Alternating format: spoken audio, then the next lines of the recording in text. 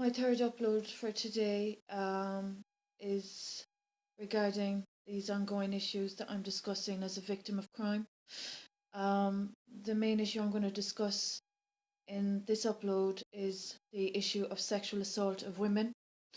and the consequent victimization and violations that they experience, and the other issue of injustice perpetrated against victims of sexual assault and revenge porn. Um, as I've mentioned in my second upload today for the 3rd of April, the role of the judicial system in confronting injustice and all offences culminating as not only obstructions of justice but also very serious wrongdoings and violations. So, as a survivor of sexual assault and domestic violence that culprits have walked safely away from, while power players, as I consider them, playing ball with human rights and playing foul with regards to injustice and justice in society, is a very serious concern for young women these days. So, as a survivor of sexual assault from between 2003 and 2005, and the consequent defamation that occurred um, in 2005 onwards, that led to professional damages, losses in earnings being um, depleted as a consequence of that defamation and that assault of um, revenge porn. So basically, in the second upload, I've discussed what is, required for victims in society to have respected, to safeguard their rights. Um, I think we all know how serious it is when culprits of sexual assault and revenge porn are facilitated, and I hope that I'm making myself clear to the Me Too movement and to other women's agencies just how dangerous a circumstance has been caused for this survivor of sexual assault and revenge porn. As I've said in my second upload, the offences that were perpetrated and that are being perpetrated against me, and the breathing space that has been given to the guilty culprits to perpetrate even more serious and dangerous offences and even more serious wrongdoings and violations of my human rights, is ongoing. The judicial system has not prioritised the rights of women and children. The judicial system has failed to protect the victim, and the judicial system has failed to provide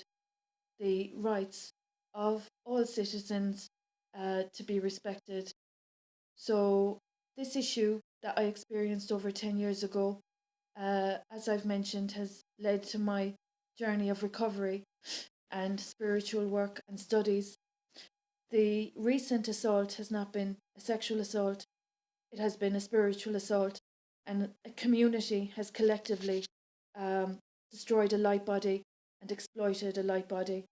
and has done the most unnatural and most harmful um, things with the light that they've stolen. So, this community has not only been guilty on one occasion of character assassination and sexual assault from over 10 years ago,